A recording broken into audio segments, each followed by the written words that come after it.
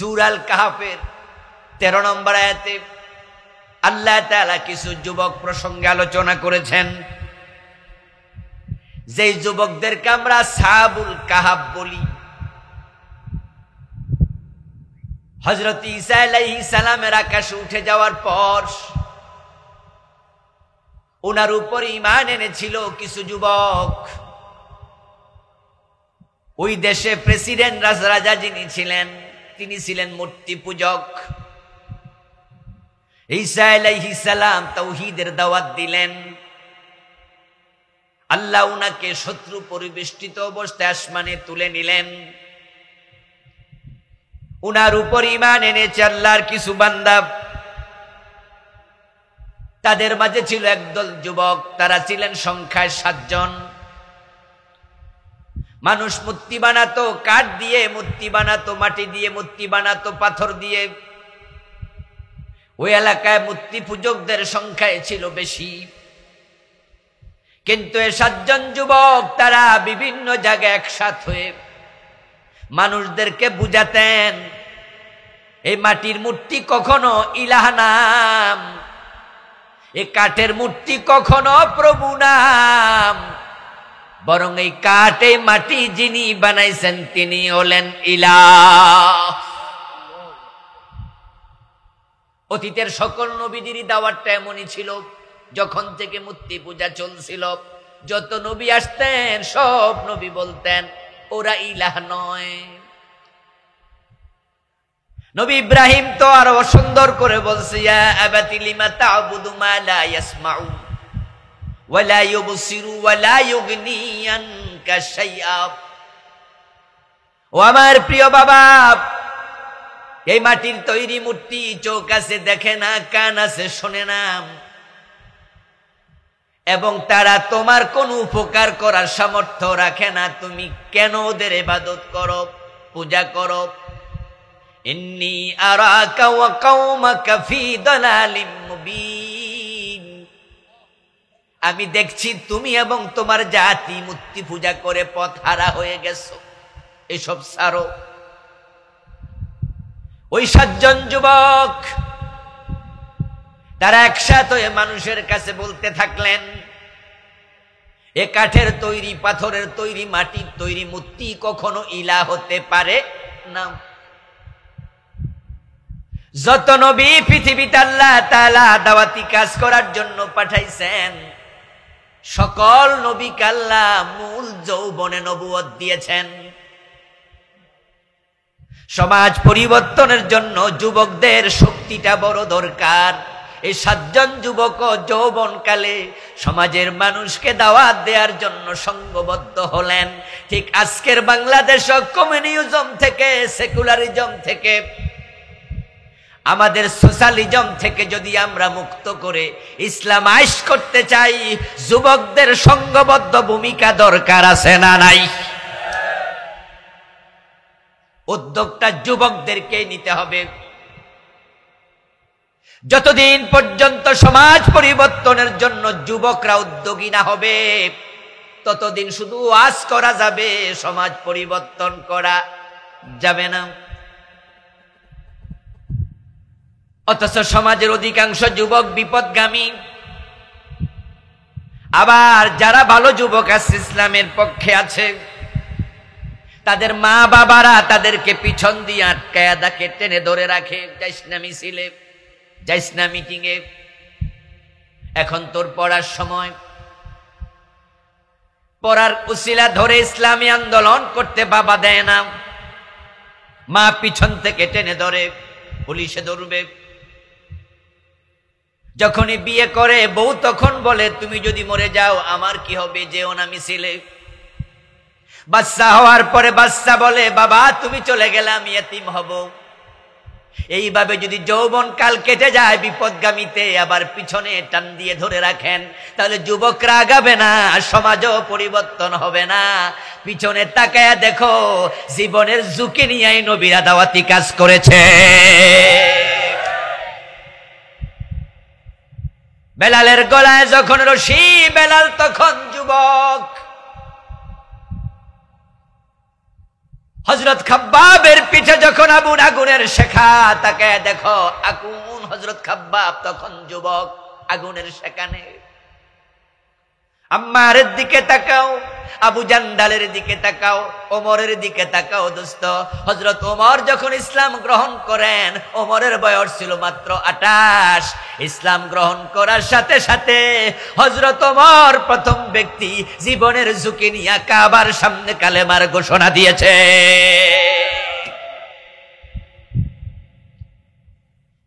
এর আগে ইসলাম যারা গ্রহণ করেছিলেন সবাই চুপ ছিলেন, পরিস্থিতি ভালো নয়, জুলুম নির্যাতন দেখে ইসলাম যারাই গ্রহণ করেছেন তারা লুকায়া রাখছেন। এটা হিকমত ছিল, নবীজিও বলছেন ঠিক আছে। কিন্তু হযরত ওমর ইসলাম গ্রহণ করে বলে, রাসূল আমাকে অনুমতি দেন, যেই কালেমা আমি নিয়েছি সেটা আমি গোপন করতে রাজি নই।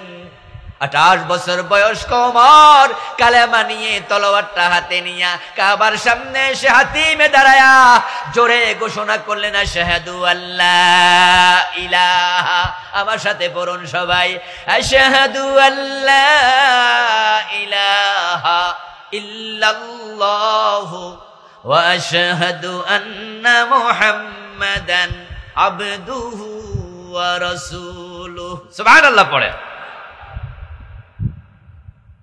কবি নজরুল একটি কবিতা লিখেছেন ওমরের জীবনের উপরে। ওই কবিতাটি 100 লাইনের বেশি লম্বা। প্রতি 2 লাইনে ওমরের জীবনের বড় বড় ঘটনা কবি নজরুল তুলে ধরেছেন। নজরুল এক বিস্ময়কর প্রতিভার নাম। এক 2 লাইনে মনে হয় সাগরের পানি শিশিতে ঢুকানোর মতো। আজি বুঝিয়াছি কেন বলেছিলেন শেষ পয়গম্বর, মোর পর যদি নবী হতেন হতো শেখ ওমর। হযরত ওমরের সম্মান যা মনে হয় 2 লাইনের ভিতরে বলে দিলেন। বৃত্ত চরিল ওটের পিঠে, ওমর ধরিল লসি, মানুষে স্বর্গে তুলিয়া ধরিয়া ধরায় নামিল শশী। ইসলামের সাম্যবাদ 2 লাইনে বলে দিলেন।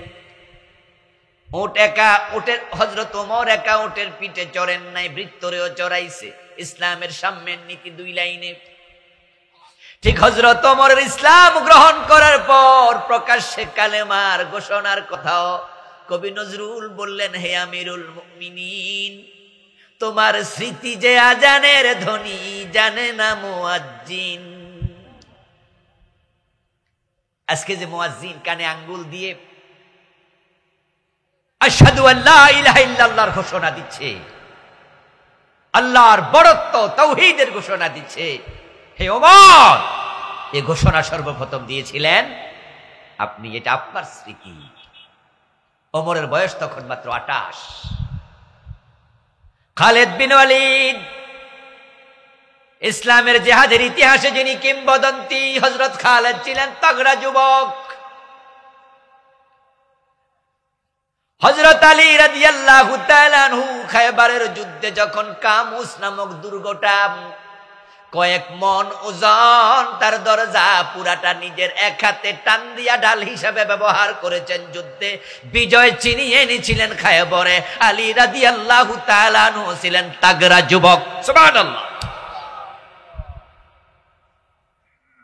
ইসলাম আগায়া দেব, ইসলাম প্রতিষ্ঠা করা, সবটার ভিতরে যুবকদের ভূমিকা ছিল সবার আগে। এবার আমরা যারা যুবক আছি, আমাদের ঘরে যাদের সন্তান যুবক আছে, যদি দিনের প্রতি মহব্বত থাকে, ভালোবাসা থাকে, এই জমিনে দিন কায়েম হোক এটা আপনি চান, যুবক সন্তানকে দিন কায়েমের কর্মী বানানো দরকার আছে না নাই? যুবকদেরকে আগায়া দেবেন সমাজে। যুবকরা যদি এগিয়ে যায় সমাজ পরিবর্তন হতে বাধ্য। কোন সমাজে যদি 50টা যুবক একমত হয়ে যায় যে আমাদের এলাকায় মাদক চলবে না, এলাকায় জুয়া চলবে না, ইফতেজিং চলবে না, এলাকায় ডাকাতি কারা করে আমরা দেখে নেব, কারা মদের ব্যবসা করে, আর আপনারা মুরব্বীরা পিছন থেকে যদি বলেন সাথে আমরা আছি, সমাজটাকে মাদক মুক্ত করতে 1 মাসও লাগবে না।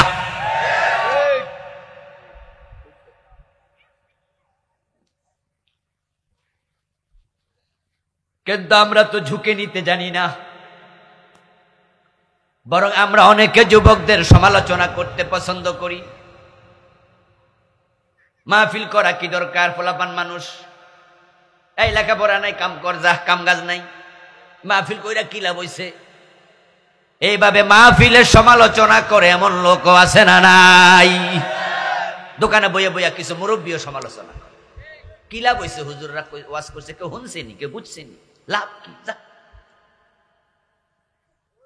অথচ গত 15 বছর ইসলামের বিরুদ্ধে জালেম সরকার যে ভূমিকা রেখেছিল, যদি মাহফিল গুলো না থাকতো এদেশের অর্ধেক মানুষকে তারা নাস্তিক বানায়া দিত। গত 15 বছর ইসলামের বিরুদ্ধে যে কি হয়েছে আপনারা কল্পনা করতে পারবেন না।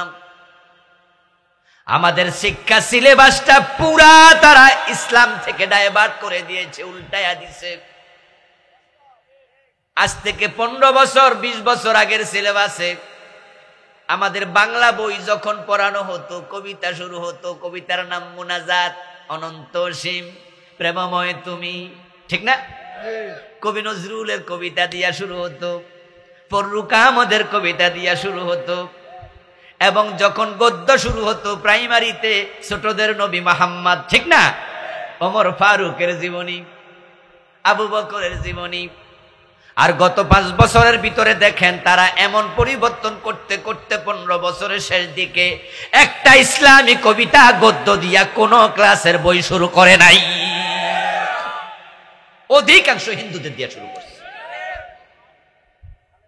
এবং বাংলাদেশে যে কয়টা শিক্ষা বোর্ড ছিল প্রায় গুলার অধিকাংশ চেয়ারম্যান, অধিকাংশ কারিকুলামের প্রধান হিন্দু। ইভেন মাদ্রাসা বোর্ডে পর্যন্ত হিন্দু বসাই দিচ্ছে। মাদ্রাসা বোর্ডের চেয়ারম্যানের মুখে একটা দাড়ি নাই, এমন দাড়িবিহীন লোক মাদ্রাসা বোর্ডে নিয়ে আসছে চেয়ারম্যান বানাই। আপনাদের বই তো এখন পুরান বই তো বাড়িতে আছে, গত 2024-এর বই, মাদ্রাসার বইগুলো বাড়িতে গিয়ে দেখবেন। মাদ্রাসায় প্রাইমারি স্কুলে, মাদ্রাসায় হাই স্কুল 10 পর্যন্ত সরকার বই দিত। তো মাদ্রাসার বইয়ের উপরে দেখবেন লেখা আছে বাংলাদেশ মাদ্রাসা শিক্ষা বোর্ড, মানে সিল মাদ্রাসার। তারপরে দেখবেন যে হাফ প্যান্ট পরা মাইয়ার ছবি মাদ্রাসার বই প্রথম পৃষ্ঠায়, কভার ফেজ, হাফ প্যান্ট পরা মেয়ের ছবি দিছে, দোতারার ছবি দিছে, হারমোনিয়ামের ছবি দিছে। মাদ্রাসার বইয়ের ভিতরে মন্দিরের ছবি ঢুকাইছে। আপনাদের কাছে আমি জিজ্ঞাসা করতে চাই, এখানে দলমত সব দলের লোক এখানে আছেন, বিবেকটা বন্ধক দিয়েন না, একটু বিবেক দিয়ে উত্তর দেন। মাদ্রাসায় কি হারমোনিয়াম শিখায়? দোতরা শিখায়? আপনারা যারা মাদ্রাসায় বাচ্চা দেন হারমোনিয়ামের জন্য দেন, তো সেখানে তো তারা ছবি কেন আসলো? হারমোনিয়ামের ছবি মাদ্রাসার বইতে কেন ঢুকানো হলো? এবার বলুন তো, মাদ্রাসাতে আসলে কোনো হিন্দু পড়ে নাকি? স্কুলের বইতে যদি মন্দিরের ছবি থাকে আমরা বলবো যে স্কুলে তো হিন্দুরা পড়ে, তাই স্কুলের বইতে পেগোডার ছবি থাকবে, গির্জার ছবি থাকবে, মন্দিরের ছবি থাকবে, মসজিদের ছবি থাকবে, সেখানে সবাই পড়ে। কিন্তু মাদ্রাসায় কি কোনো হিন্দু পড়ে? তো এখানে মন্দির ঢুকাইতে হবে কেন? কি উত্তর দেবেন? আমার প্রিয় ভাইরা, মাদ্রাসায় যারা মেয়ে বাচ্চা পড়ান আপনারা কি বোরকা পরাইয়া পাঠান না? আমরা মাদ্রাসায় কি বোরকা ছাড়া এলাও করি? আমরা মেয়েদেরকে শালীন বানাই, বোরকা পড়াই। আর আপনারাও যারা মাদ্রাসায় দেন আপনিও বোঝেন যে আমার মেয়েটা ইসলামের উপরে যেন কিছুটা শিক্ষা দীক্ষা পায়। তো মাদ্রাসার বইয়ের কভারে হাফ প্যান্ট ওয়ালা মাইয়া কেন? সিলেবাস থেকে তারা ইসলাম তুলতে তুলতে তুলতে তুলতে আমাদেরকে নাস্তিকতার দিকে নিচ্ছিল। তারা জানে কোন জাতিকে যদি পথহারা করতে চাও তাদের সিলেবাসে নাস্তিকতা ঢোকাও। এজন্য তারা সেটাই করেছিল। এই বিপ্লব যদি আবার না হতো তাহলে 2024-এর বইতে যা ছিল 25-এর বইতে আরো জঘন্য কিছু ঢুকাই দিত। 2023 সনে যখন তারা বই বানাইল, ওই বইতে তারা বিবর্তনবাদ ঢুকাইছিল। এটা 24-এ। 2023-এ ছিল বিবর্তনবাদ। বিবর্তনবাদ হচ্ছে মানুষ নাকি বানর ছিল। একটা নাস্তিক চিন্তাবিদ ছিল, দার্শনিক ছিল, তার নাম ডারউইন। তারই থিওরি আমরা আরো 20-50 বছর আগ থেকে জানি। আমরা যখন ছাত্র ছিলাম এগুলো আমরাও শুনেছি, ইউনিভার্সিটিতে এগুলো পড়ানো হয়। বিবর্তনবাদ দর্শন সিলেবাসের অংশ। আমরা এগুলা নিয়ে কথা বলিনি, কারণ হচ্ছে আমাদের বাচ্চারা বিশ্ববিদ্যালয় যখন পড়ে তখন কোনটা ঠিক কোনটা বেঠিক এটা বুঝার মতো কিছু কাণ্ডজ্ঞান পোলাপানের হয়। দর্শন যখন পড়াবে তখন সেখানে দার্শনিকদের কথা আসবে। তাই যারা অনার্স লেভেলে ওই বিবর্তনবাদ পড়বে, পড়ুকা, আমরাও পড়েছি, শুনেছি, আমরা মাথা গামাই নাই। কিন্তু এই সরকার 2023-এর সিলেবাসে ক্লাস 6-এ ঢুকাইছে। ছিল এটা অনার্সে, ওখান থেকে 6-এ আনলো কেন? কারণটা কি? কারণ হচ্ছে যে এটা অনার্সে থাকলে পোলাপান খায় না, পোলাপান তো বড় হইছে। তাই ক্লাসে যখন টিচার বিবর্তনবাদ পড়াইতো যে মানুষ এক সময় বানর ছিল, তো পোলাপান হয়তো হাসতে হাসতে স্যার রে কইতো, স্যার হয়তো আপনার দাদা ছিল। কি কথা বোঝেন নাই? পোলাপান বলতো হইতে পারে স্যার আপনার দাদা হয়তো ছিল। এই জন্য স্যারেও পড়ানোর সময় নিশ্চয়ই কওয়া লাগতো যে তোমাদেরকে এখন যা পড়াচ্ছি এটা হচ্ছে আমার থিওরি না, এটা ডারউইনের থিওরি। তাহলে যদি বান্দর থাকে ডারউইনের দাদা থাকুক, আমার দাদা না। আবার যদি এটা ক্লাস 2-তে আনা হতো, 3-তে আনা হতো, তাহলে ছোট পোলাপান তো হেরা বুঝতো না বান্দরতে আইসে না কি থেকে, শিম্পাঞ্জি থেকে আইসে, 1-2 পোলাপান বুঝতো না। এই জন্য ক্লাস 6-এ 7-এ এগুলো হচ্ছে সফট মাইন্ডেড সময়। একবারে ছোট না, একবারে বড় না, একবারে কাদা মাটিও না, আবার একবারে ঠনঠনে শুকনা মাটিও না, মাঝামাঝি আছে। এটা দিয়ে যা চা তা বানানো যাবে। এই জন্য ক্লাস 6-এ ঢুকাইছিল বাচ্চাদেরকে যেন ছোট কালে নাস্তিক বানানো যায়।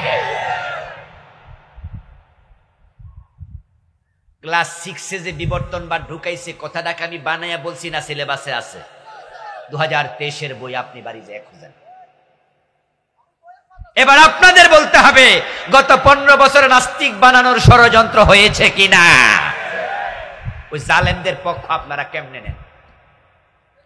তাদের ভোটার কেমনে হন? তাদের সাপোর্টার কেমনে হন? তাদের ডোনার কেমনে হন? তারা তো আপনার ঈমান নিয়ে সিনেমেরি খেলেছে।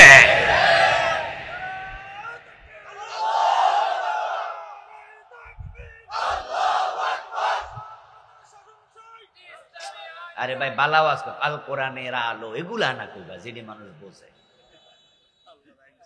আমার প্রিয় ভাইয়েরা, আমরা আল্লাহর কোরআনের বিধান চাই, ঠিক না? আমরা কোরআনের আলো আলোকিত হতে চাই, করতে চাই। সিলেবাসে আল্লাহর কোরআনের দরকার আছে না নাই? দরকার ছিল এগুলা ঢুকানো। সূরা বাকারা ঢুকায় দাও, 10টা সূরা অর্থসহ ঢুকায় দাও। ক্লাস 1-এ কায়দা ঢুকায় দাও, ঠিক না? প্রাইমারি 1-এ যদি কায়দা ঢুকাইতো তাহলে আমাদের সব বাচ্চা কায়দা শিখালে। আপনারা যারা কোরআন প্রেমিক আছেন, ইসলাম প্রেমিক আছেন, স্কুলে পড়ানোর পরও হুজুর রাইখা কোরআন শরীফ পড়ায় না অনেকে? আরে ভাই, আমি এমন স্কুল চিনি ইংলিশ মিডিয়াম স্কুলে পড়ায় বাচ্চাদের, ওখানে ইসলামের কিচ্ছু নাই। ওই ইংলিশ মিডিয়ামে পড়াচ্ছে বাবা, আবার হাফেজ সাহেব রাইখা বাসায় কোরআন শরীফ শিখায়। বলতেছে ইংরেজি শিখাই তো দুনিয়ার লাইগা, আখেরাত বাদ দিলে দুনিয়া দি কি হবে, এজন্য বাড়িতে আবার হুজুর রাখছি। এখানে আপনারা যারা আছেন কোরআনের প্রতি সবার ভালোবাসা আছে না নাই? আচ্ছা, ক্লাস 1-এ কায়দা ঢুকাইলে আপনাদের কোনো আপত্তি থাকবে? বরং আমরা খুশি হব যে আমার আলাদা শিক্ষক রাখার কোনো দরকার আর নাই। আমার বন্ধু ক্লাস 1-এ আলিফ বা তা থা এগুলো শিখে ফেলবে। 10 মাস 11 মাস 12 মাসের পরে দেখা যাবে ডিসেম্বরে আপনার কলিজার টুকরা পিচ্ছি বাচ্চাটা সে শব্দ বানায়া বানায়া সুন্দর করে রিডিং পড়া শিখে ফেলতো। ক্লাস 2-তে যদি 10টা সূরা অর্থসহ পড়াইতো, ক্লাস 3-তে আমপাড়া দিয়ে দিত। এইভাবে সিলেবাসে টুকটুক করে একটু একটু দিত। ক্লাস 10 পর্যন্ত 100 নাম্বার কোরআন, 100 নাম্বার হাদিস সিলেবাসে ঢুকানো যায়। তাহলে আমাদের বাচ্চাগুলো মেট্রিক পাস করবে এমন ভাবে বাবা মারা গেলে ঘরে ঘরে জানাজার নামাজের ইমাম তৈরি হয়ে যাবে। দরকার ছিল এটা, এটা না কইরা ঢুকাইছে বান্দরা ছিল, কুফরি ঢুকাইছে। আপনাদের ঈমান কি? প্রথম ব্যক্তি কি বান্দর না আদম? কে বলেছেন? কোরআন। আল্লাহ নিজে বলতেছেন আমি প্রথম মানুষ বানাইছি মিন নাফসিন ওয়াহিদা, তোমাদের সবাইরে বানাইছি একজন ব্যক্তি থেকে। সে একজন ব্যক্তি কে? ওয়া খালাকা মিনহা যাওজাহা, তারপরে আমি আদম থেকে তার বউ হাওয়াকে বানাইছি। কোরআনে আল্লাহ কয় কি? আরে জানোয়ার গুলা কয়।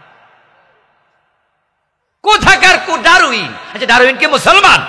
তোর পর আমরা পড়বো কেন? এই মাহফিল যদি না থাকতো, বলো ওই বিরোধিতা থেকে আসতেছিলাম তো, যুবকদের থেকে তো আসতেছিলাম। যুবকরা আগাচ্ছে, আপনারা পিছন থেকে টেনে ধরবেন না, ধাক্কায় সামনে দেবেন। এই মাহফিল না থাকলে এই সিলেবাস থেকে এটা যেত না। 2023 জানুয়ারির 1 তারিখ এই বই যখন আসলো, আর আমরা যখন দেখলাম যে বইতে বিবর্তন বা ঢুকাইছে, তখন জানুয়ারি মাস তো মাহফিলের সিজন। যেমন এখন জানুয়ারি চলছে, আমাদের মাহফিলের ভর সিজন। আলহামদুলিল্লাহ মাহফিল গুলোতে আমরা ওই বই হাতে নিয়ে শুরু করলাম বলা। যখন আমরা আলেম ওলামারা বলা শুরু করলাম, ইউটিউব গুলোতে যাওয়া শুরু করলো, তখন ফেসবুকে লেখা শুরু করলাম, তখন সরকারের টনক নড়ল। সরকার তখন শিক্ষামন্ত্রী ছিল দীপু মনি, আমাদের ডাক্তার দীপু মনি। তখন তিনি একটা কমিটি বানালেন। কমিটি বানাইয়া কয়েকজনকে দায়িত্ব দিলেন যে হুজুররা যে বলতেছে বিবর্তনবাদ সিলেবাসে ঢুকছে, এটা আপনারা বের করেন তো। কমিটি রিপোর্ট দেন। কমিটি রিপোর্ট দিল যে ঠিক এই নাস্তিকতা সিলেবাসে ঢুকানো হয়েছে। তখন শিক্ষা মন্ত্রণালয় থেকে সরকার একটা সার্কুলার জারি করেছে যে ওই অংশ পড়ানো যাবে না। কিন্তু একটা বই পুরা পাল্টাইতে গেলে তো আবার সময় সাপেক্ষ ব্যাপার, টাকার ব্যাপার, বলছে ওই অংশটুকু বাদ। আলহামদুলিল্লাহ আমাদের এই প্রতিবাদে, আমাদের আলোচনার কারণে এটা বন্ধ রেখেছে। আমাদের বাচ্চারা নাস্তিক হওয়া থেকে বেঁচে গেছে। এবার আপনারা বলেন তো ওয়াজ দরকার আছে না নাই? না হয় এটা শিখানো হতো, এটা পড়ানো হতো। আচ্ছা এরপর একটু ভাই, এরপরে আপনি দেখেন 2024 যেটা গেল গত বছর, 2024 জানুয়ারির 1 তারিখে আবার বই দিল। এই বই দেওয়ার পরে আমরা দেখলাম এবার ক্লাস 7 এর মাঝে ঢুকে, ক্লাস 7 না 6 এ, ক্লাস 7 এ, আগে ছিল 6 এ, এবার 7 এ, আরেক ক্লাস উপরে গেছে। এখানে ঢুকাইছে LGBTQ। এটা হচ্ছে সমকামিতার নতুন ভার্সন, যেটাতে গল্পের নাম দিয়েছে শরীফ শরীফা। আমার প্রিয় ভাইয়েরা একটু প্লিজ কথা বলবেন না, আমাকে বলতে দেন, আমি তো আপনার কথাই বলছি।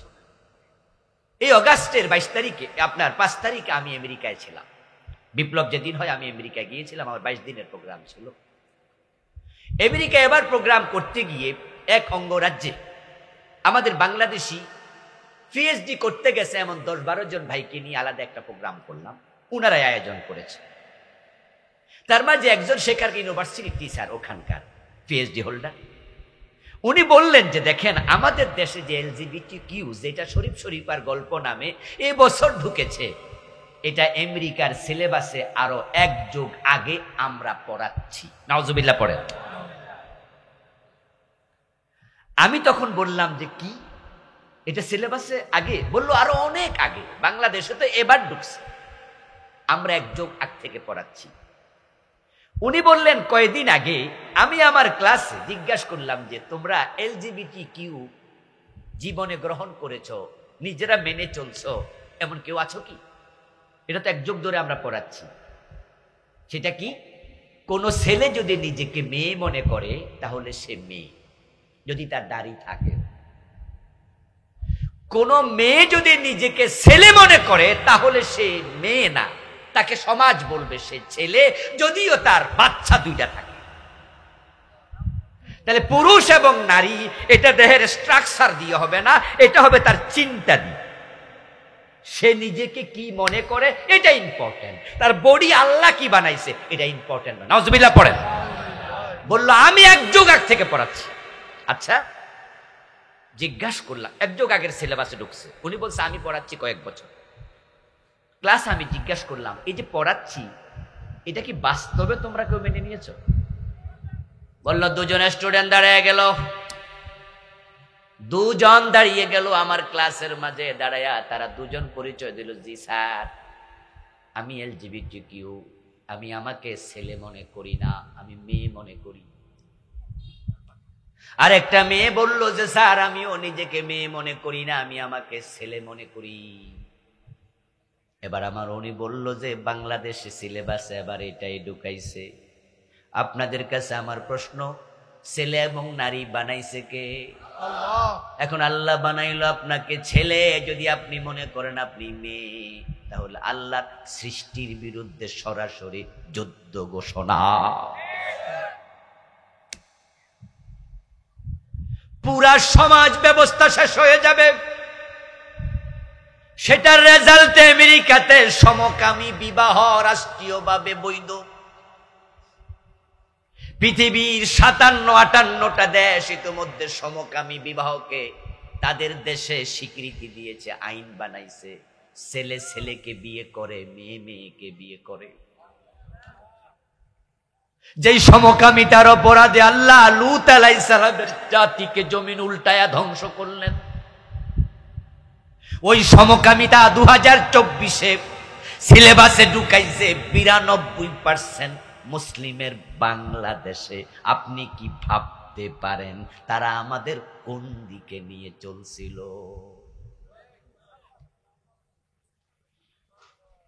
এই দেশে আলেমদের মিছিল বন্ধ, মিটিং বন্ধ, আলেমদের জন্য প্রোগ্রামে কথা বলা বন্ধ। কত মাহফিল তারা অফ করে দিয়েছে। আলেমদের মিছিল মিটিং এ সরাসরি গুলি, হেফাজতের প্রোগ্রামে 5ই মে গুলি করলো, বড় বড় ইসলামী আন্দোলনের বড় বড় নেতাদেরকে ফাঁসিতে ঝুলালো, আল্লামা সাইদিকে 13 বছর রাখলো। আমাদেরকে কত জায়গায় মাহফিল করতে দিচ্ছিল না, যেখানে দেয় সেখানে 13-14টা শর্ত, ঠিক না? এটা বলা যাবে না, ওইটা বলা যাবে না, ওইটা বলা যাবে না, এই হুজুর আনা যাবে না। এগুলো করে করে তারা গলা চিপে ধরছিল, সিলেবাস নাস্তিকতা দিচ্ছিল। যদি মাহফিল কিছুটা না থাকতো আপনাদেরকে নাস্তিক বানায় ছেড়ে দিত ওরা।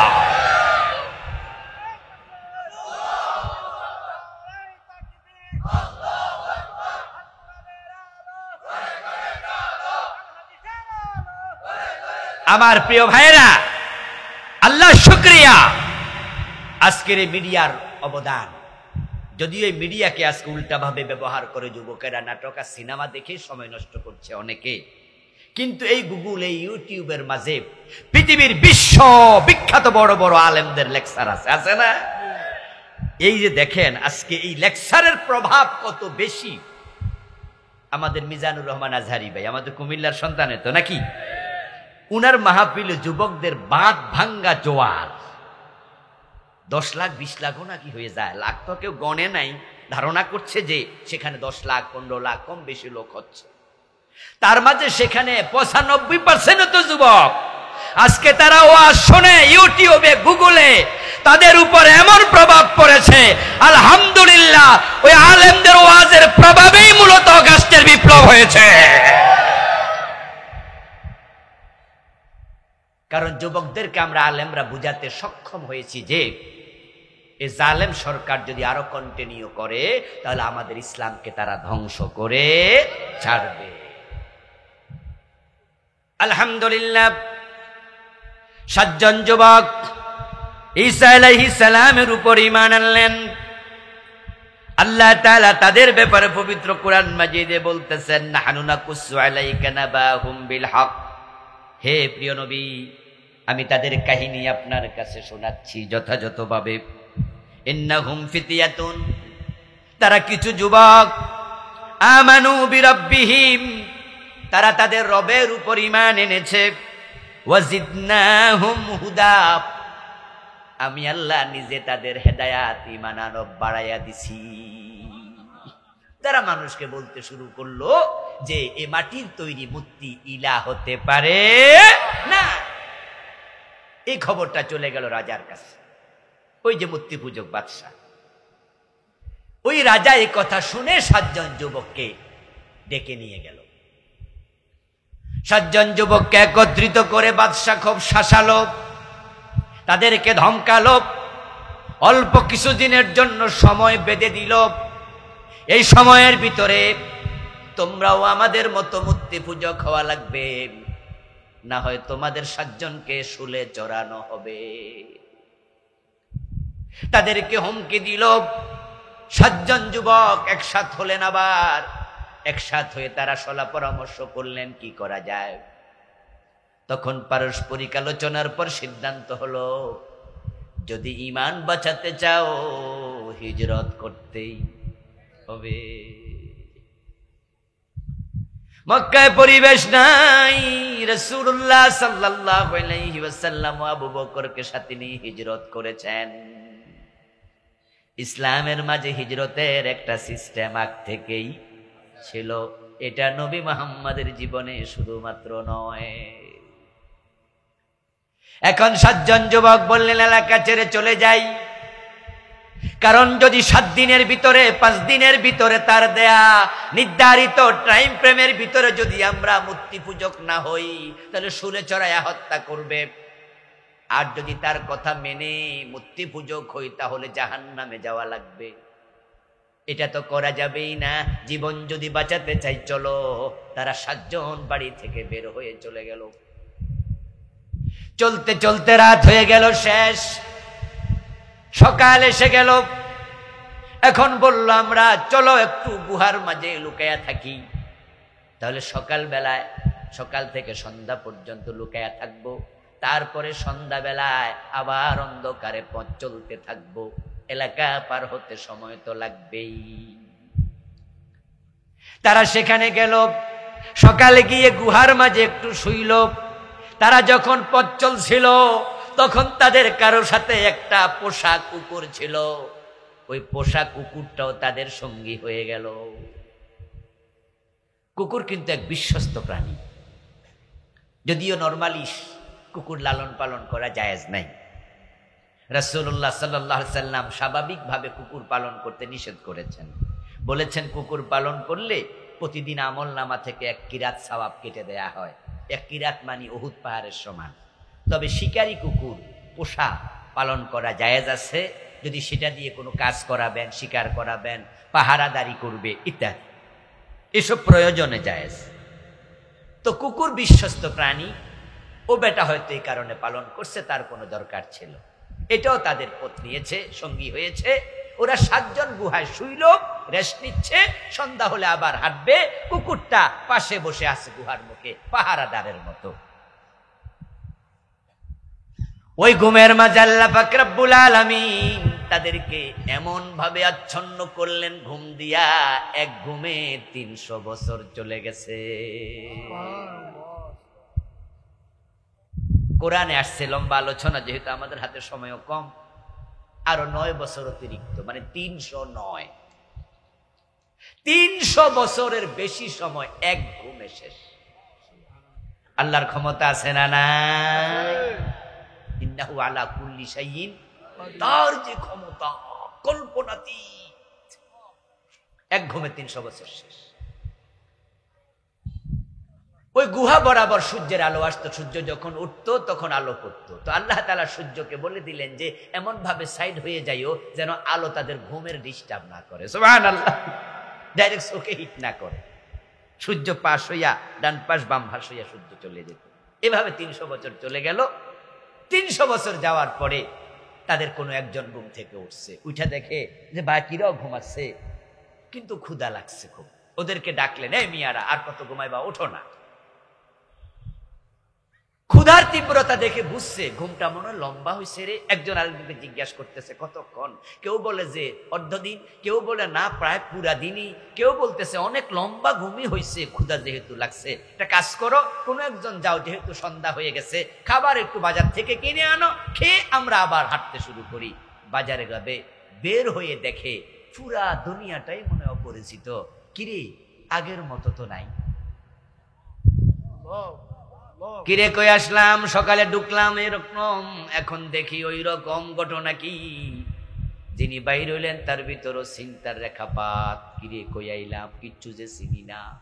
এটা তো আমাদের পরিচিত এলাকা, পরিচিত দেশ, কিন্তু মানুষগুলো কেমন জানি, কথা যে কয় তাও বুঝি না। কথার মাঝে পরিবর্তন, পুরা চিত্রের মাঝে পরিবর্তন। এরপরও তিনি পকেটের টাকা লইয়া দোকানে গেছে, দোকানদারের কয় ভাই খাবার দেন। দোকানদার টাকা হাতে লইয়া কয় এ টাকা ফাইলেন কই, এটা তো 300 বছর আগের। সুবহানাল্লাহ পড়ে। আজ থেকে 60 বছর আগের কোন মানুষ যদি এরকম হইয়া জিন্দা হইয়া পাকিস্তানি টাকা লইয়া আমাদের দোকানে যায়, আমরা কমন এটা পাকিস্তান আমলের টাকা। আর 100 বছর আগে হইলো কবেন ব্রিটিশ আমলের টাকা পাইলা কই। 300 বছর তো বিশাল ব্যাপার। এটাই টাকা পাইলেন কই ভাই, আপনার বাড়ি কই? এখন হেও তো বুঝতেছে ঘটনা কি হইতেছে, কিছু তো বুঝতে পারতেছি না। কথায় কথায় বলে ফেলছে এই হলো ঘটনা, এই হচ্ছে ব্যাপার। তখন তারা বলতেছে তাহলে চলেন তো আপনার সাথে যারা আছে তাদের কাছে যাই। তখন সেখানে গেল, যাওয়ার পরে বাকিদেরকেও পাইল। তারা সবাই বলতেছে চলেন আমরা আপনাদেরকে এলাকায় নেই, লোকালয় নেই। ওরা বললো আমাদেরকে এখানেই থাকতে দেন। পরে লোকেরা সরে গেছে, রাত সেখানে তারা কাটাইছে। 7 জনে মিলে আল্লাহর কাছে বলেছে আল্লাহ আমরা তোমার মুখী হতে চাই। রাতে 7 জন ইন্তেকাল করেছে। ওই 7 জন যুবকের কথা আল্লাহ বলছে আমানু বিরাব্বিহিম, তারা রবের উপর ঈমানওয়ালা ছিল। ওয়াজিদনাহুম হুদা, তাদের ঈমান আমি আল্লাহ রব বাড়ায়া দিছি। আল্লাহর পথে যারা চলে আল্লাহ নিজে তাদের ঈমান আরো বাড়ায়া দেয়। এই জন্য আল্লাহর পথে চলতে হবে। রাসূলুল্লাহ সাল্লাল্লাহু আলাইহি ওয়াসাল্লাম আমাদেরকে লক্ষ্য করে বলেন শোনো, আমি নবী মুহাম্মদ বলি জীবনটা বড় ক্ষণস্থায়ী, যৌবনটা কাজে লাগাও। ইগতানিম খামসান ক্বাবলা খামস, আমি 5টি বিশেষ উপদেশ দিচ্ছি। রাসূলুল্লাহ বলছে 5টা বিশেষ উপদেশ গনিমতের মাল মনে করো, আল্লাহর পক্ষ থেকে স্পেশাল হাদিয়া মনে করবে। 1 নাম্বার শাবাবাকা ক্বাবলা হারামি, ও যুবক বৃদ্ধকাল আসার আগে যৌবন কাজে লাগাও। আরে যৌবন এটা হচ্ছে চলমান পানির মতো, নদীর ঝর্ণার পানি যেমন চলতে থাকে আমাদের জীবনটাও এরকম চলছে। এই যে আমার আজকে মুখের দাড়িগুলো, আজ থেকে 10 বছর আগে যারা আমার ক্লাসে পড়তো, আমি একজন শিক্ষক মানুষ, যারা কামিল থেকে বিদায় নিয়েছে আমার স্টুডেন্টরা, হঠাৎ দেখা হয়ে গেল, বলো হুজুর বুড়ো হয়ে গেলেন। আমি মুস্কি হেসে বলি আরো 10 বছর যখন পরে দেখা হবে তখন হয়তো কাঁচা আর একটাও থাকবে না। আবার যেই তুমি একবারে তোমার সাথে আমার দেখা মাত্র মোস উঠতেছে, আজকে তো তুমিও একবারে বয়স্ক হয়ে গেছো। আমার প্রিয় ভাই রাসূল বলে যৌবন থেমে থাকে না, এটা চলে যায়, এটাকে কাজে লাগাও। ওয়াসিহাতাকা ক্বাবলা সাকামিক, সুস্থতাকে কাজে লাগাও। অসুস্থতা আসার পরে, অসুস্থতা আসার পূর্বে। ও দোস্ত আলহামদুলিল্লাহ, যৌবন কালে সুস্থ অবস্থায় যদি আপনি এক সেজদায় 101 বার তাসবিহ পড়তে চান, তাহলে এক সেজদায় 101 বার কেন 200 বার 300 বার তাসবিহ পড়া যাবে। কিন্তু যখন অসুস্থ হবেন, বার্ধক্য আসবে, এমনও হয় অজু করার পরে 1 রাকাতে আবার অজু ভেঙে যায়, নতুন অজু করা লাগে।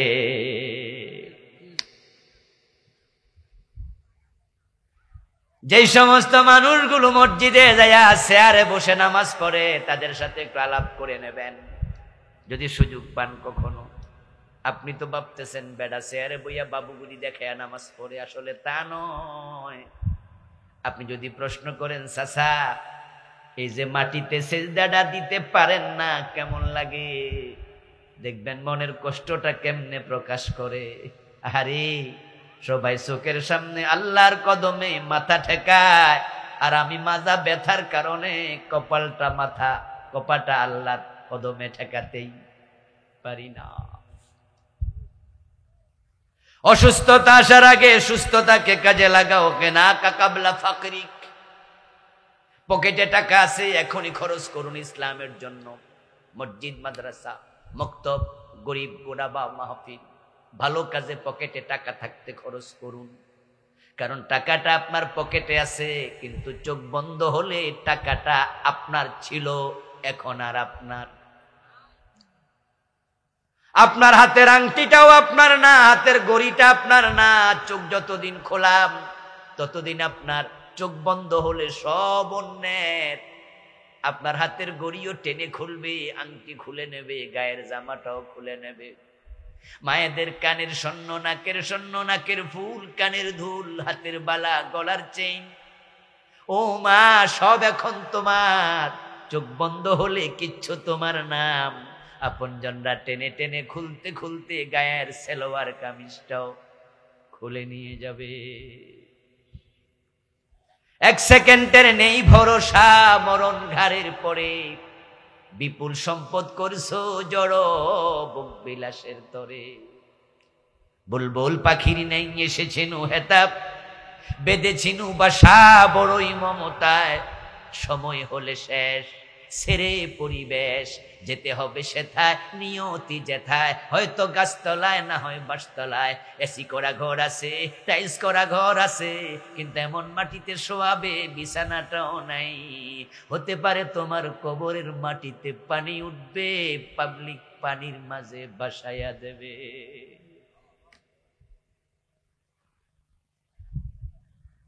তাই তো ধনী মানুষ আখিরাতে যখন জান্নাত পাবে না, আফসোস করে বলবে মাগনা আন্নি মালিয়া। ক্ষমতাওয়ালা মানুষ যখন জান্নাত থেকে বঞ্চিত হবে, তখন আফসোস করে বলবে হালাকা আন্নি সুলতানিয়া। রাসূল তো বলছে যে একটা মসজিদ বানায়, আল্লাহ জান্নাতে ঘর বানায়। একাই মসজিদ বানানোর টাকা ছিল, 10 জনে মিলেও বানানো যেত, কিন্তু টাকাটা পকেটে রেখেছে, মসজিদে দেয় নাই। আফসোস করে বলবে মসজিদ যদি বানাতাম আজকে তো আমি জান্নাত পেয়ে যেতাম। হায়রে টাকা কোনো কাজে আসলো না।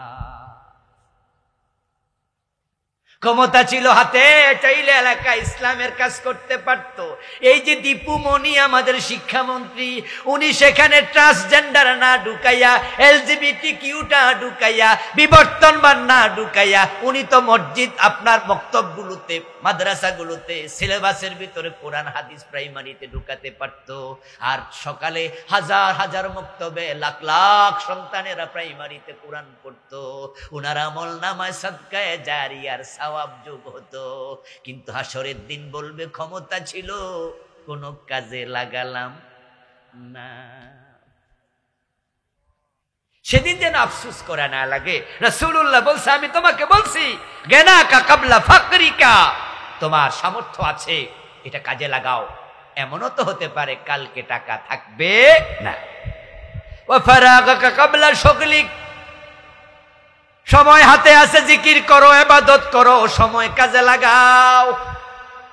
আরে মানুষ, আমি আশ্চর্য হই যখন দেখি শুধু খেলে খেলে সময় শেষ, টিভি দেখে দেখে সময় শেষ, ক্রিকেট খেলা 3 দিন শেষ, আছে না? সময়ের দামই নেই। ওয়া হায়াতাকা কাবলা মামাতিক, জীবন আছে, মৃত্যু এসে যেতে পারে, জীবন কাজে লাগাও। কারণ যত অসৎ প্রবণতা আছে, অপরাধ প্রবণতা আছে, এটা যুবকদের মাঝে বেশি দেখা যায়। ডাকাতি কি বুড়া মানুষ করতে পারে? কইরে বেটা দৌড় দিতে পারবো? এজন্য যে ডাকাত সারা জীবন ডাকাতি করছে, বুড়া হইলে হেতো ভালো হয়ে যায়, হেও তাবলিগ জামাতে চলে যায়। সেও পীর সাহেবের মুরিদ হইয়া মসজিদে গিয়ে জিকির শুরু করে। আজীবন সুন্দরী মেয়ে দেখলে 2 চোখ দিয়া তাকাইছিল। প্রাইমারি হাই স্কুলের সামনে গিয়া মহিলা স্কুলের সামনে দাঁড়াইছিল, মানুষের সুন্দরী মেয়েকে টিজিং করত। সিনেমা নাটক দেখায় চোখ আস্তে আস্তে করে আলোহীন করছে। এখন টেলিভিশনের পর্দা দেখে না, বয়স হয়ে গেছে 60। হে আল্লাহরে কয়ে দে, আল্লাহ আজ থেকে আর সিনেমা দেখবো না। আল্লাহ জবাবে কয় কেমনি দেখবি, চোখের পাওয়ার তো নাই। আমি কি বুঝি না? যৌবনকালে ঘোষ খাইছে, চাকরির পরে কাবা শরীফের গিলাপ ধরে হজ করে আল্লাহরে বলে দে, আল্লাহ জীবনে আর ঘোষ খাবো না, মাফ করে দাও। আরশের মালিক বলে তোরে ঘোষ দেয় কেডা, তো চাকরি আসেনি। মানুষ ঘোষ খায় যৌবনে, সুদ খায়, ডাকাতি করে, চুরি করে, মদ খায়। বাংলাদেশে মাদকের মামলায় যতজন জেলে আছে, 80 বছর বয়সী মানুষ কি একজন পাইবেন? জুয়ার আসরে যারা আছে, বুড়া মানুষ কি যায়? যত অপরাধ আছে, খুন, দর্শন, রাহাজানি, হত্যা, সব অপরাধের সাথে 100% কারা জড়িত? যুবকেরা। যৌবনকাল আল্লাহর দেয়া বিশেষ নিয়ামত। এই যৌবনকালে যারা আল্লাহর পথে থাকবে, রাসূলুল্লাহ সাল্লাল্লাহু আলাইহি ওয়াসাল্লাম বলেছেন, হাসরের দিন আল্লাহ তাআলা 7 ধরনের মানুষকে আরশে আজিমের নিচে জায়গা দেবেন। আল্লাহ হাসরের মাঠে নেবেন না, কারণ হাসরের মাঠ বড় বিভৎস জায়গা, যেখানে সূর্য থাকবে 1 বিঘত মাথার উপর, যেখানে মানুষগুলো উলঙ্গ থাকবে, পায়ের তলায় কোনো জুতা থাকবে না। সূর্যের তাপের কারণে সব মানুষ ঘর্মাক্ত হবে, কারো টাকনগিরা ডুবে যাবে ঘামে, কারো হাঁটু ডুবে যাবে, কারো মাজা, কারো মাথাটাও ডুবে যাবে। সহিহ মুসলিমের হাদিস, ফামিনহুম মাইয়াকুনু ইলা কাবাইহি ওয়া মিনহুম মাইয়াকুনু ইলা রুকবাতাইহি ওয়া মিনহুম মাইয়াকুনু ইলা হাকবাইহি ওয়া মিনহুম মাইয়ুলজিমুল আরাকু ইলজামা। সূর্যের তাপে ঘাম বের হবে, ওই ঘাম আর ঘাম থাকবে না। সূর্যের তাপের কারণে ঘাম গরম পানির মতো উতরাবে। ওই হাসরের ময়দানে প্রতিটা মানুষের জন্য শুধু 2টা কদম রাখার যতটুকু জায়গা, অতটুকু জায়গা বরাদ্দ থাকবে, সে কদমটাও নাড়ার জায়গা পাবে না। তারুজুল মালাইকাতু ওয়ার রূহু ইলাইহি ফি ইয়াউমিন কানা মিকদারুহু 50000 সানা। 2 কদমের উপরে হাসরের ময়দানে প্রতিটা মানুষ 50,000 বছর দাঁড়ায়া থাকবে। এই উত্তপ্ত ঘাম কদম নাড়তে পারবে না। তাই আল্লাহর কিছু প্রিয় বান্দা আছে যাদেরকে আল্লাহ হাসরের ময়দানে ঢুকাবেন না। সাবআতুন ইউযিল্লুহুমুল্লাহু ফি যিল্লিহি ইয়াওমা লা যিল্লা ইল্লা যিল্লুহু। প্রিয় নবীজি সাল্লাল্লাহু আলাইহি ওয়াসাল্লাম বলছেন, 7 গ্রুপ মানুষ যাদেরকে আল্লাহ তাআলা সেদিন তার আরশে আজিমের নিচে জায়গা দেবেন, বসতে দেবেন। সেদিন আল্লাহ হবেন হোস্ট, এই 7 ধরনের মানুষ হবেন আল্লাহর গেস্ট। তার মাঝে একদল হলো শাবুন নাশা ফি ইবাদাতিল্লাহ, ওই যুবকেরা যারা যৌবনকালে ইবাদত করছে। আজকে আমার সামনে আপনারা যারা আছেন অধিকাংশই যুবক, আর যারা বৃদ্ধ আছেন তাদের ঘরেও যুবক সন্তান আছে। আপনি নিজে এক সময় যুবক ছিলেন। এই যৌবন আল্লাহর এত বড় নিয়ামত।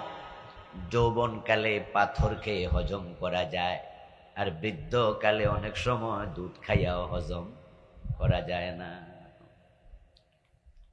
যৌবন হলো জেহাদে যাওয়ার শ্রেষ্ঠ সময়, অথচ যৌবনের অপব্যবহার হয় সবচেয়ে বেশি।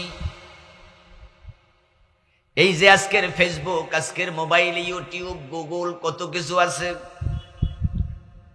এই মোবাইলের মাঝে নাটক, সিনেমা সহ বাজে যত দৃশ্য আছে, এগুলো বুড়া মানুষরা বেশি দেখে না, যুবকেরা বেশি দেখে। সিনেমা হল যে আছে কুমিল্লা শহরে, ওই সিনেমা হলে দাড়ি পাকা মুরব্বী কয়জন ঢুকতে আপনি কয়জন পাবেন? যত অপরাধ, সব অপরাধে যুবকরা জড়িয়ে আছে। এখন আপনার এই যৌবনকাল আল্লাহর দেয়া স্পেশাল নিয়ামত, এজন্য যৌবনের হিসাবটাও আল্লাহ তাআলা আলাদা করে নেবেন। রাসূলুল্লাহ সাল্লাল্লাহু আলাইহি ওয়াসাল্লাম বলেছেন, লা তাজুলু কদম ইবনে আদম হাত্তা ইউসআলা আন খামস। হাসরের ময়দানে বনি আদম 5টি প্রশ্নের উত্তর দেওয়ার আগে তাদের কদম নাড়তে পারবে না। 5টি প্রশ্নের জবাব দেওয়ার পরে এবার আল্লাহ কদম নাড়ার সুযোগ দেবেন, এর আগে পা নাড়তে দেবেন না। তার মাঝে একটা হলো আনশাবাবিহি ফিমা আবলাহু, তার যৌবন সে কোথায় ব্যয় করেছে। যৌবনের হিসাব আল্লাহ আলাদা এই জন্যই নেবেন, কারণ যৌবন কালে মানুষ অপরাধ করে বেশি, অথচ যৌবনটা অস্থায়ী, ক্ষণস্থায়ী, বেশি দিন নয়। যৌবনকাল চলে যায়। অধিকাংশ যুবক আমাদের কুমিল্লা অঞ্চলে যৌবনকালটা বিদেশে কাটায়, ঠিক না? আল্লাহর দেয়া শ্রেষ্ঠ টাইমটাই সে সন্তান এবং বউ থেকে আলাদা। এই যে আজকের মাহফিলে প্রবাসীদেরও ওখানে কন্ট্রিবিউশন আছে। আপনাদের এলাকায় অনেক প্রবাসী আছে। বুড়া মানুষ বিদেশে কয়জন কাজ করতে যায়? সব তো যুবক। দেশে যখন ফিরবে তখন অনেকেরই দাড়ি পেকে যাবে। যৌবনটা চাকরিতে চলে যায়, কুমিল্লার শহরে চাকরি করে, ঢাকায় থাকে, রাজশাহী, খুলনা, বাড়িতে বউ থাকে, বাচ্চা থাকে। যখন 60 বছর বয়স হবে সরকার তাকে গুড বাই জানায়া বাড়িতে পাঠাইয়া দেবে, তখন যৌবনকে খুঁজবে, কিন্তু যৌবন চাকরির স্থলে শেষ হয়ে গেছে। অথচ আল্লাহর কাছে যৌবনের হিসাব আলাদা করে দিতে হবে। যৌবনের হিসাব যে দিতে পারবে না, সে জীবনের বাকি হিসাবে আটকা পড়ে যাবে। এই জন্য যদি সমাজ সুন্দর করতে চান, আখেরাতকে আল্লাহর আরশে আজিমের নিচে জায়গা পেয়ে উত্তম ভাবে জান্নাতে যেতে চান, আখেরাত সাজাইয়া, তাহলে যৌবনের ব্যাপারে আলাদা যত্ন নেওয়া উচিত। এবং যেই সমাজের যুবকেরা ভালো হয়, ওই সমাজে তাড়াতাড়ি ইসলাম এস্টাবলিশড হয়, দিন কায়েম হয়। পৃথিবীতে যত বিপ্লব হয়েছে, প্রায় সব বিপ্লবে যুবকদের ভূমিকা ছিল সবচেয়ে বেশি। ইসলামের উত্থানেও যুবকদের ভূমিকা বেশি। আমাদেরকে গত 5 মাস আগে যে বিপ্লব উপহার দিয়েছে বাংলাদেশে, গত 15টা বছর আমরা যে মাজলুম হয়েছিলাম, এদেশের ইসলামের তারা গলা চিপে ধরেছিল। আলেম ওলামাদেরকে যারা দ্বিতীয় শ্রেণীর নাগরিকে পরিণত করেছিল, যেখানে আলেম ওলামা আলিয়ার কৌমি ভেদাভেদ ছিল না, 5 কল্লি 1 কল্লি ভেদাভেদ ছিল না, এই দেশে প্রায় সব গ্রুপের আলেমদেরকে গত 15 বছরে জুলুম করা হয়েছিল। কঠিন সময় আমরা পার করেছি। এই 15 বছর পরে যে বিপ্লব আমরা পেলাম, এই বিপ্লবটা সবটাই যুবকরা করে দিয়েছে। যুবকরা আমাদেরকে এখন নতুন করে তারা কথা বলার সুযোগ করে দিয়েছে। এজন্য আজকের প্রতিপাদ্য আমি আপনাদের সম্মুখে যুবকদের ভূমিকা কি হওয়া উচিত, কেমন যুবক আমরা সমাজে চাই, সে বিষয়ে কিছু কথা হবে ইনশাআল্লাহ। যুবকদের প্রসঙ্গে আল্লাহ তাআলা কুরআন মাজিদে একাধিক আয়াত আলোচনা করেছেন। মজার ব্যাপার হলো, আমরা যখন আল্লাহর জান্নাতে যাব, তখন আল্লাহ আমাদেরকে কি বানিয়ে দেবেন? আবার যুবক। আমার ভাইয়েরা, সামনে একটু যদি আপনারা আগাতেন, পিছনে ফিল আপ হয়ে গেছে তো, এখন নতুন বিছনা বিছানো লাগতেছে, লোকজন আসতেছে। তো আপনারা যারা ফাঁকা জায়গা রাখছিলেন, আপনারা কি একটু দয়া করে ফিল আপ করবেন? আপনারা একটু আগে যান। এরপরে যে ডান পাশে কিছু জায়গা আছে এদিকে, হ্যাঁ, আমাদের ডানে আর কি, যারা আপনারা বসছেন আপনাদের বামে, এখানে পিছন থেকে ভাইদেরকে বসতে সহযোগিতা করুন। ভলান্টিয়াররা নতুন যারা আসবে তাদেরকে এদিকে পাঠিয়ে দেন। জি, বসে যান, সময় কম, আমরা সময় কাজে লাগাতে চাই। قال رسول الله صلى الله عليه وسلم أهل الجنة جرد مرد مكحلين। রাসূলুল্লাহ বলছেন, জান্নাতীরা জান্নাতে যখন যাবে তখন তারা সবাই হবে তাগড়া যুবক, দাড়ি থাকবে না, মোছ থাকবে না। ওয়াহুম আবনাউ 30 আও 33 সানা, তাদের সবাইকে 30 অথবা 33 বছরের যুবক বানিয়ে জান্নাতে দেয়া হবে। সুবহানাল্লাহ। আল্লাহ আদম আলাইহিস সালামকে যখন বানাইছিলেন জান্নাতে, তখনও তিনি আদমকে যৌবন দিয়ে বানাইছে। এমনটা ছিল না যে আদম আলাইহিস সালাম ছোট্ট ছিলেন, জান্নাতে ধীরে ধীরে বড় হয়েছে। আদম আলাইহিস সালামকে আল্লাহ যখন বানান তখনই পূর্ণ যুবক বানাইছে। সুবহানাল্লাহ। মা হাওয়াকে যখন বানান আল্লাহ আদমের হাড্ডি থেকে মা হাওয়াকে পূর্ণ যুবতী বানাইছে, এবং বানাই আল্লাহ নিজে বিবাহ পড়াইয়া দিছে। তারপরে তিনি বললেন, ইয়া আদম উসকুন আনতা ওয়া যাওজুকাল জান্নাহ, ও আদম তুমি এবং তোমার স্ত্রী আমার জান্নাতে বসবাস করো। বিবাহের বয়স যৌবনকাল, যুদ্ধে যাওয়ার বয়স যৌবনকাল, অপরাধ করার বয়স যৌবনকাল, আবার দিন বিজয় করে আল্লাহর জমিনে দিন কায়েম করার জন্য জিহাদ করার বয়সটাও যৌবনকাল। তাই যুব সমাজ যদি ভালো করা যায়, তাড়াতাড়ি দেশে ইসলামী শাসন কায়েম করা যাবে।